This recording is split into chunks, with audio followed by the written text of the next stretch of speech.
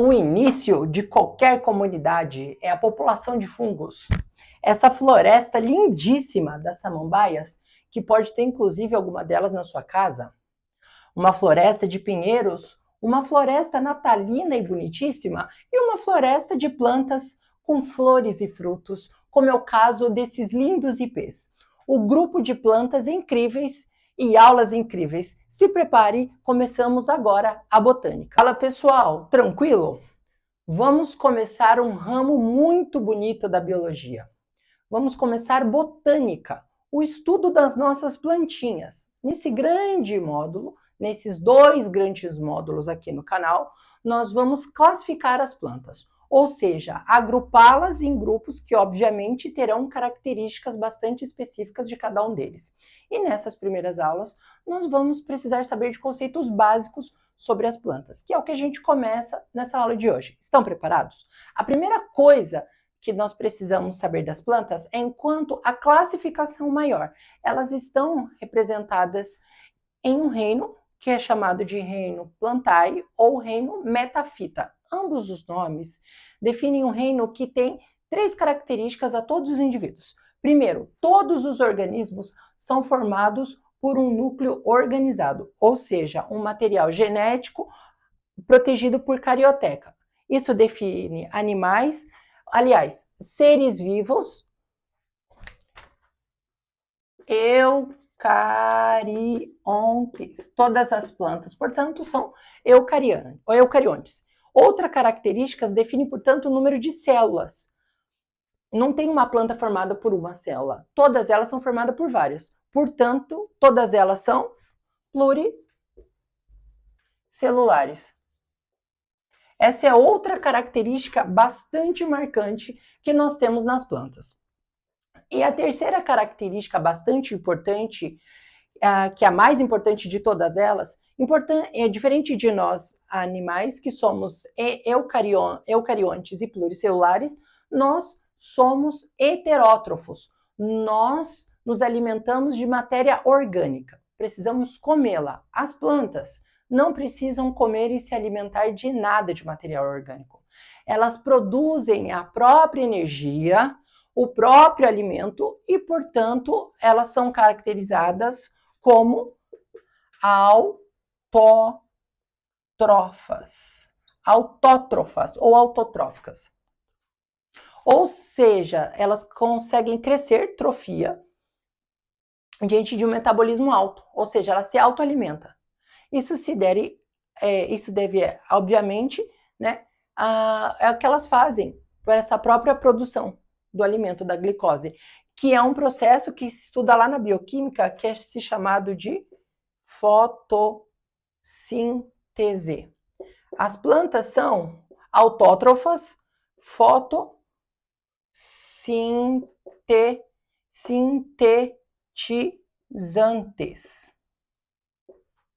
Aí, elas apresentam a clorofila para fazer clorofila para poder promover essa glicose. Essa glicose pode ser construída ao longo do corpo da planta ou até usada para o processo de respiração celular, que as plantas também conseguem fazer. Tudo bem?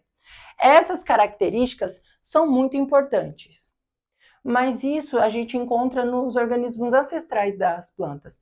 Se você assistir uma aula de uma aula que tem no YouTube sobre a primeira planta, você vai ver que as algas, elas possuem essas 3 características também. E o que é importante é exclusivo das plantas? Aliás, a gente vai ver isso em todos os grupos delas. Todas as plantas são ditas matrotróficas. O que significa elas serem matrotróficas? Quer dizer que os embriões, os filhotinhos das plantas, eles são sempre nutridos pelas plantas mãe, até que o seu desenvolvimento, né, até a fase adulta, seja dependente dela. Ou seja, a mãe nutre esses embriões até o resto de sua vida. Então, quando a gente tem a produção de sementes, a mãe produz tudo para que ele se forme nessa semente e essa semente, para que essa semente depois se desenvolva sozinha. Então, todas as plantas são ditas primeiramente matrotróficas, ou seja, a mãe nutre esse bebê, essa pequena plantinha, até que ele consiga fazer essa alimentação de forma independente. Segunda característica, todas as plantas são ditas embriófitas. Também relacionado, portanto, ao embrião. O embrião é sempre protegido inicialmente por um tecido parental. E isso também define todo o grupo de plantas, independente daquele do qual eu estarei falando. Todas as plantas, portanto, são embriófitas. E as plantas também, dependente do grupo que eu estiver falando, elas têm um tipo de reprodução bastante especial e específico. É um tipo de reprodução que a gente chama de ciclo de Plonte. Esse ciclo de Plonte, ele vem com uma alternância de gerações e é isso que eu quero colocar para vocês. Ela possui alternância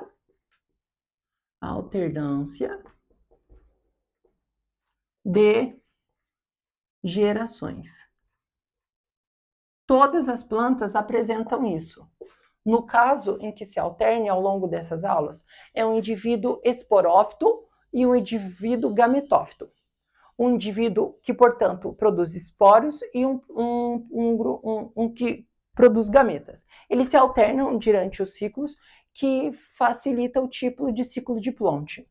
Você pode ver o ciclo de Plonte como definição, alternância de gerações, ou até a palavrinha metagênese. Significa a mesma coisa, ou seja, temos dois principais organismos ou formas de organismos que sigam ao longo da reprodução das plantinhas. Tudo bem? Essa primeira aula vai mostrar todas aquelas imagens lindíssimas que eu mostrei no começo da aula sobre esses quatro grupos aqui. Ó. As briófitas estarão sendo explicadas, que são representantes dos musgos. Portanto, a gente vai ver o estudo das briófitas. Também nós iremos estudar aquelas florestas de samambaias, que são representantes principais das pterodófitas. E mais à frente, nós veremos os dois grupos, as gimnospermas, representadas por aqueles pinheiros maravilhosos, e as angiospermas, as principais plantas que produzem frutos e produzem flores, que são as flores lindíssimas dos ipês. Tudo bem, pessoal? Espero que tenham entendido essa aula introdutória de botânica, de todas as plantas que a gente ainda vai falar bastante, além de toda essa hora. E espero que você goste de cada uma das aulas. Nos vemos lá. Tchau, tchau.